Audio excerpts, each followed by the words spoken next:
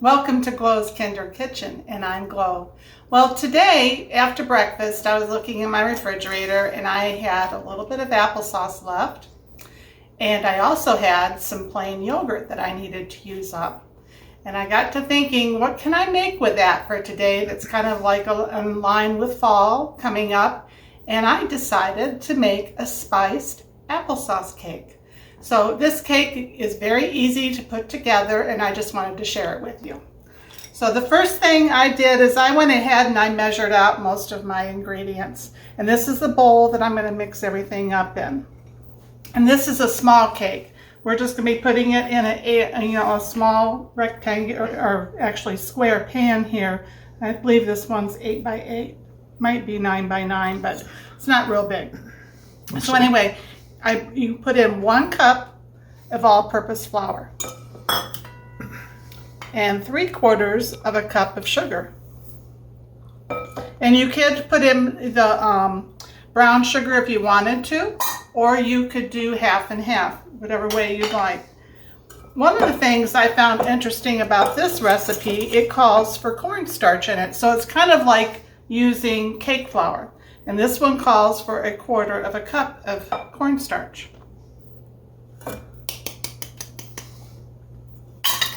So I'm just going to go ahead and stir this up to kind of blend it. And this is this whisk I'm using is called either a Dutch and or a Danish whisk. And I first saw this, I believe it was on Facebook. Someone was using it. And I'll tell you, it is wonderful for mixing up cakes and stuff if you're going to be doing it by hand. So this recipe does not call for any salt, but it has quite a few spices, and that's why I call it spiced applesauce cake.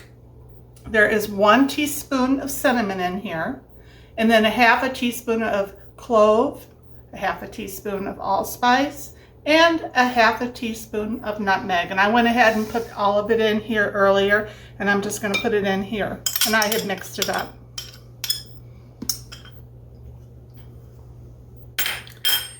And then the other ingredients that are considered the dry ingredients are baking soda and baking powder. And it calls for the same amount of each, 1/2 teaspoon. So here's my baking soda, and here's my baking powder.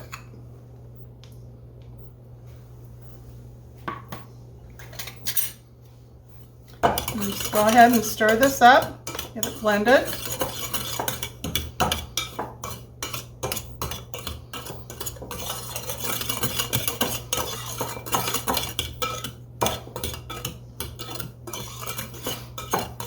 I think that's good enough.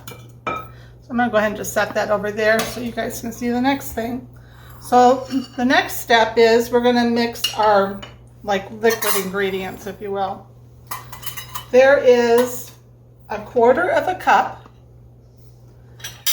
of yogurt, and it's just plain yogurt. You could use sour cream as well if you wanted to. And there's no butter in this recipe, or shortening, or oil.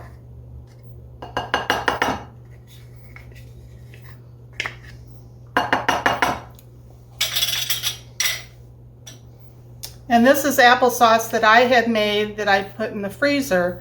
And actually I have a video of that, how to make applesauce, if you're interested. And you just put it in a canning jar or a bag or some kind of a freezer container. It keeps very well in the freezer.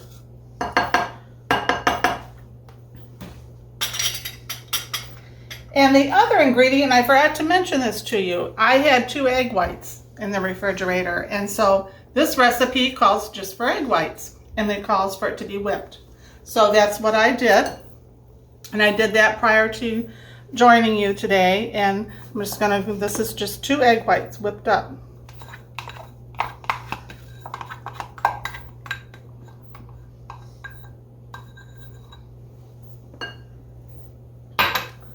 So I'm going to go ahead and mix this together to get it combined.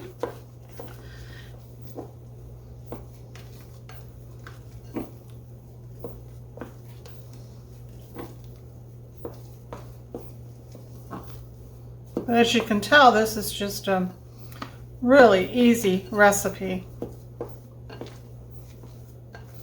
There we go. So I'm going to go ahead and move this bowl back, and we're going to put this in.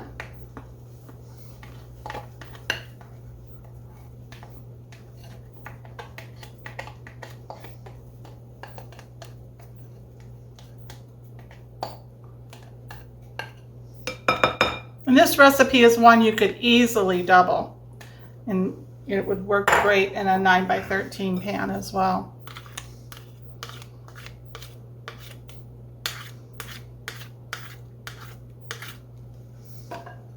Okay, so now we're just going to combine this. I can already smell the spices in it, and the apples actually from the applesauce. You don't want to vigorously, mix this up either, because you've got your egg whites in there. You just want to get it so it's combined nicely. Can you smell that, Richard? Not yet. No? Nose is a little stuffy today. What happens if you over whip those egg whites? And your cake won't be as light. I see. Thanks. And then the last thing is half a cup, or actually, I'm sorry, a quarter of a cup of water and a half a cup of raisins. And what I did, my raisins were a little dry, and so a tip is if you have raisins that aren't real plump, you can add hot water to it and they'll plump up. See, now they're just real soft and nice. So that's what I did, and I just included a little bit extra water to do that, along with that quarter of a cup of water. If you don't like raisins, leave it out. You could, put, I imagine dates or nuts or anything in here would be very good, or prunes would be good in here too.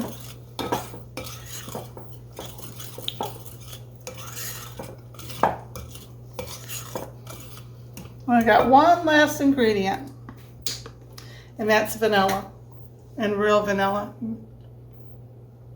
just a half a teaspoon.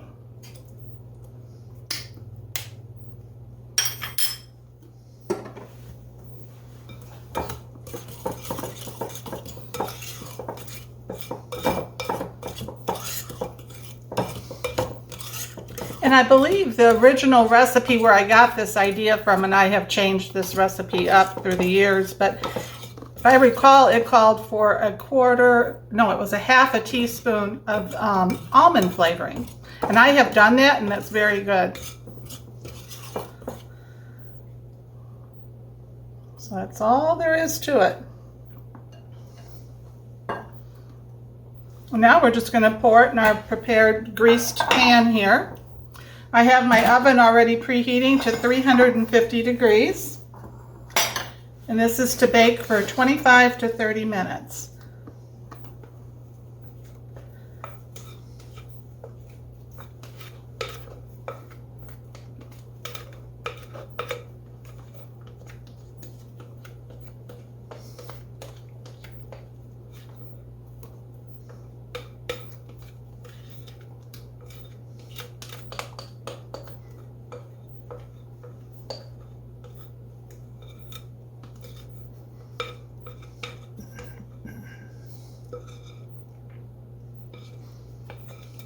Trying to get out as much of this batter as I can so we don't waste.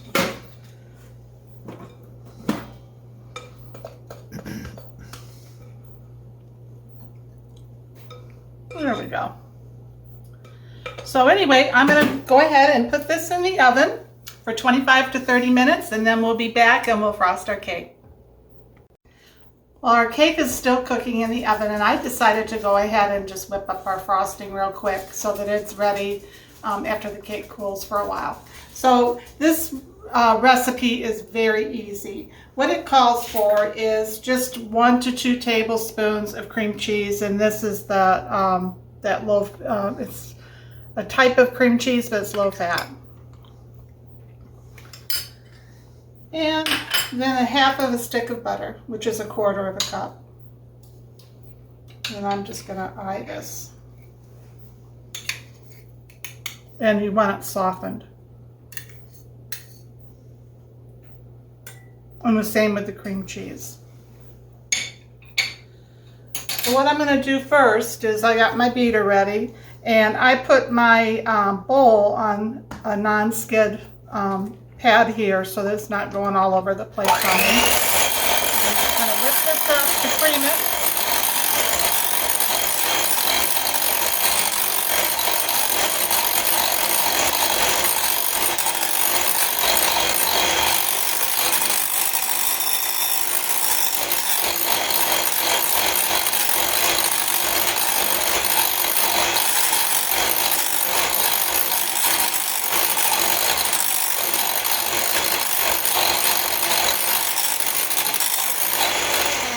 Okay, so the goal here is you want it to get nice and fluffy and all mixed together real well so it's nicely combined. So then the next step is we're going to be adding powdered sugar. And I keep my powdered sugar in just a container like this, and I always label it so that I know what I have in it. And this is probably going to take anywhere from 1 to 1.5 cups of powdered sugar, possibly 2. So I'm just kind of eyeballing here. That's probably about 1/2 of a cup there. And you just start it on low to start with. The powdered sugar is kind of messy, you know, it flies around. Hey, don't fling any over here, Miss Clove.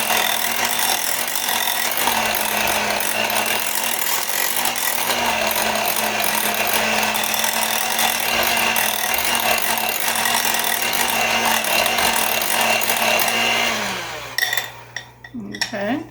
Keep it in the bowl. So I'm going to let you see what it looks like so far. Looks good. And this is just going to be for that small cake.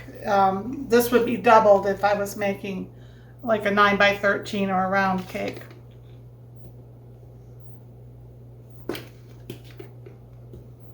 Well, it's about another 1/2 of a cup. And again, I'm going to start it on low.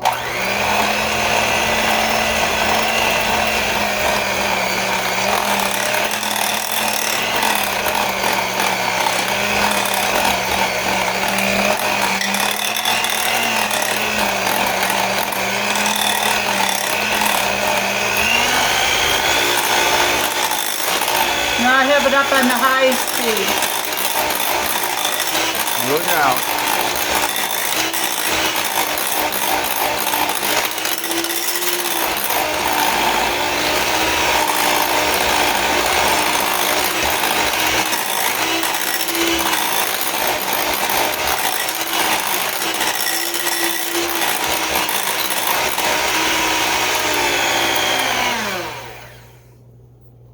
I think we can add a little bit more powdered sugar. And this bowl here is actually a frosting bowl, and it went to an old Mix Master, you know, beater set that my mother had, and I really like it. It's like a little tray.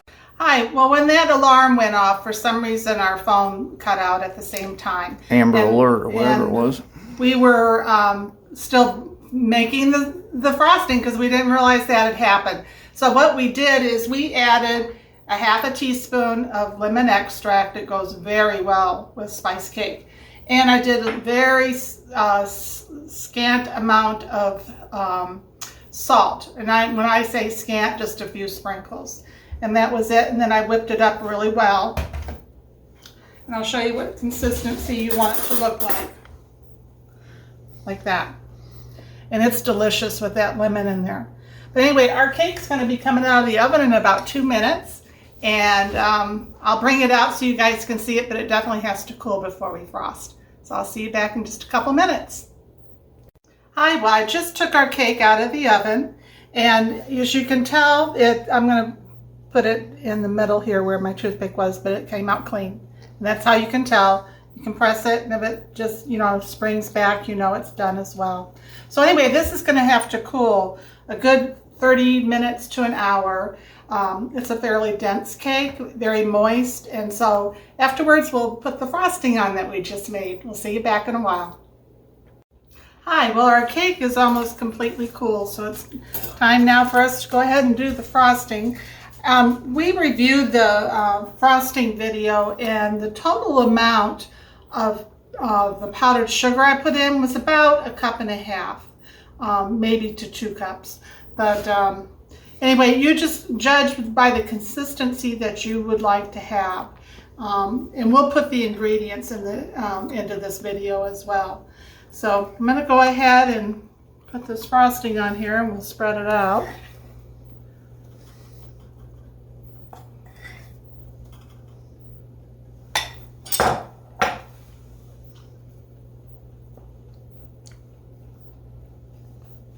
I'm using an offset spatula to do this. It makes it so much easier to spread the frosting. Looks pretty easy, Miss Clove. Our youngest son, Maxine, bought this for me for Christmas. It's a Christmas gift, and it was a great gift. So thank you, Max. Appreciate it. And another thing you can do instead of frosting is you could sprinkle some powdered sugar on top of here, or make a little powdered sugar glaze and drizzle it on. If you're going to do the powdered sugar, something that's really pretty is if you take a paper doily and put it on top of your cake, and then shake the powdered sugar on that, and then lightly remove the doily, and it makes a really pretty pattern. There we go.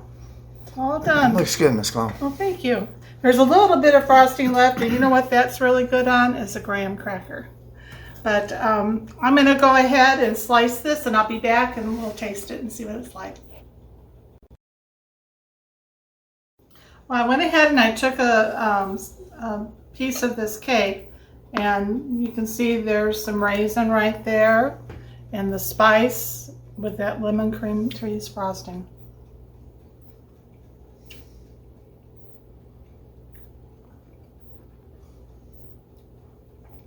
It's delicious. I haven't had this in about a year. I don't know why we don't make it more often. It's really nice spice to it, and the frosting is just really light and creamy, and with that hint of lemon in it. I gotta tell you guys, give it a try. I hope you enjoyed this video, and if you have and you haven't subscribed, please do, and also like and share our video. I hope you have a wonderful day. Bye.